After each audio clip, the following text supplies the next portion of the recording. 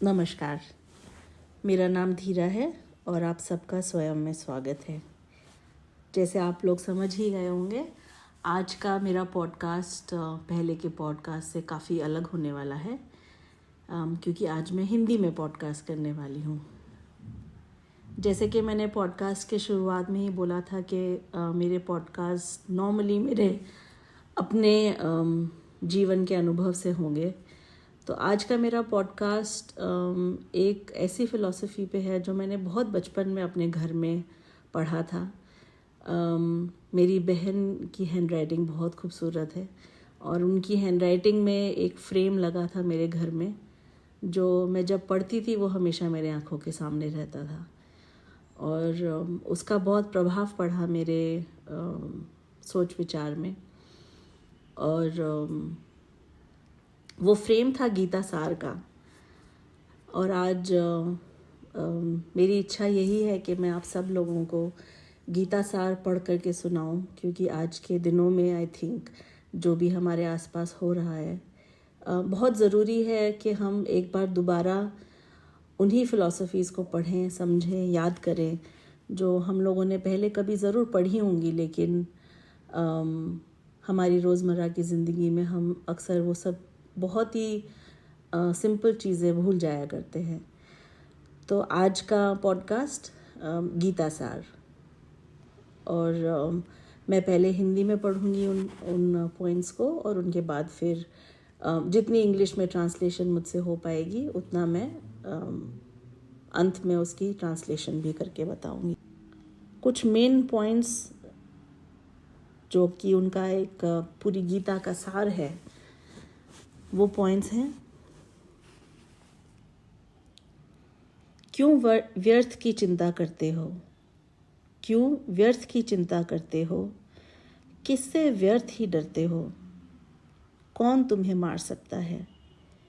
आत्मा ना पैदा होती है ना मरती है।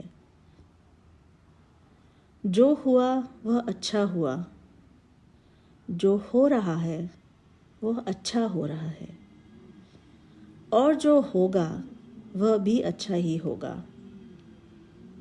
तुम भूत का पश्चाताप ना करो, भविष्य की चिंता ना करो, वर्तमान चल रहा है। तुम्हारा क्या गया जो तुम रोते हो? तुम क्या लाए थे जो तुमने खो दिया? तुमने क्या पैदा किया था जो नाश हो गया?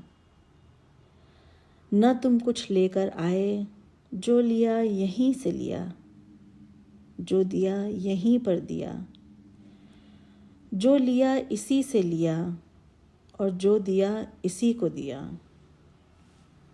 खाली हाथ आए और खाली हाथ चले।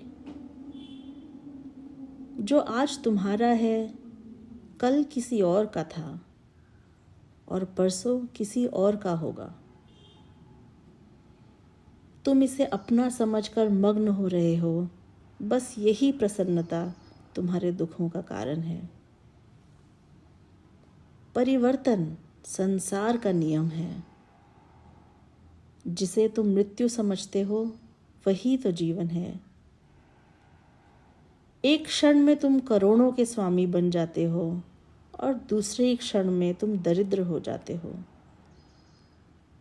मेरा तेरा, छोटा बड़ा, अपना पराया मन से मिटा दो, फिर सब तुम्हारा है, तुम सबके हो। ना ये शरीर तुम्हारा है, न तुम इस शरीर के हो। यह अग्नि, जल, वायु, पृथ्वी, आकाश से बना है और इसी में मिल जाएगा, परंतु आत्मा स्थिर है। फिर तुम क्या हो? तुम अपने आप को भगवान के अर्पित करो, यही सबसे उत्तम सहारा है। जो इसके सहारे को जानता है वह भय, चिंता, शोक से सर्वदा मुक्त रहता है। जो कुछ भी तू करता है उसे भगवान को अर्पण करता चल। ऐसा करने से सदा जीवन मुक्त का आनंद अनुभव करेगा। अब थोड़ी पंक्तियाँ जो इंग्लिश में मैं बोल सकती हूँ मैं आपको बोल के बताऊँगी। So the summary of Srimad Bhagavad Gita, which is the Gita Sar. Why do you worry about anything without a cause? Whom do you fear without any reason? Who can kill you? And how can you die? The soul is neither born nor does it die. Whatever happened, it happened for the good. Whatever is happening for the good. And whatever will happen will also happen for the good only. You need not have any regrets for the past.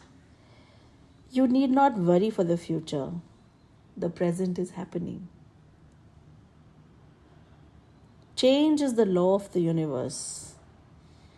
What you think of as death is indeed life. In one instance, you can be a millionaire, and in the other instance, you can be steeped in poverty.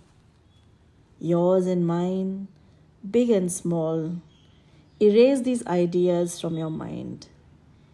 Then everything is yours and you belong to everyone. This body is not yours. Neither you are of the body. The body is made of fire, water, earth, and ether, and will disappear into these elements. But the soul is permanent. So, who are you? Dedicate your being to God, to the divine. He is the one to be ultimately relied upon. Those who know of this divine support are forever free from fear, worry, and sorrow. Whatever you do it as a dedication to the Supreme Power. This will bring you the tremendous experience of joy and life and freedom forever.